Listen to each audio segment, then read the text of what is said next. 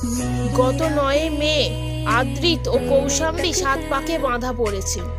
আদ্রিত রায় ও কৌশাম্বী চক্রবর্তীর রিসেপশন হয়েছে দক্ষিণ কলকাতার একটি বিখ্যাত ক্লাবে। তাদের গায়ে হলুদ, বিয়ে ও রিসেপশনের সুন্দর মুহূর্তের কিছু ছবি রইল তোমাদের জন্য।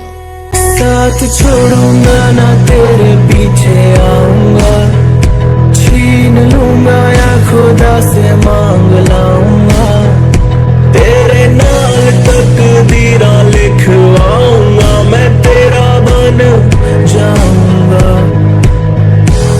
मैं तेरा बन जाऊंगा।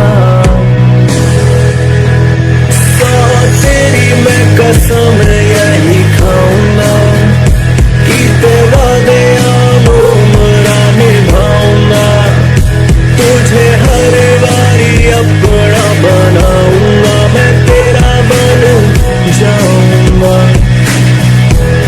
मैं तेरा बन जाऊंगा।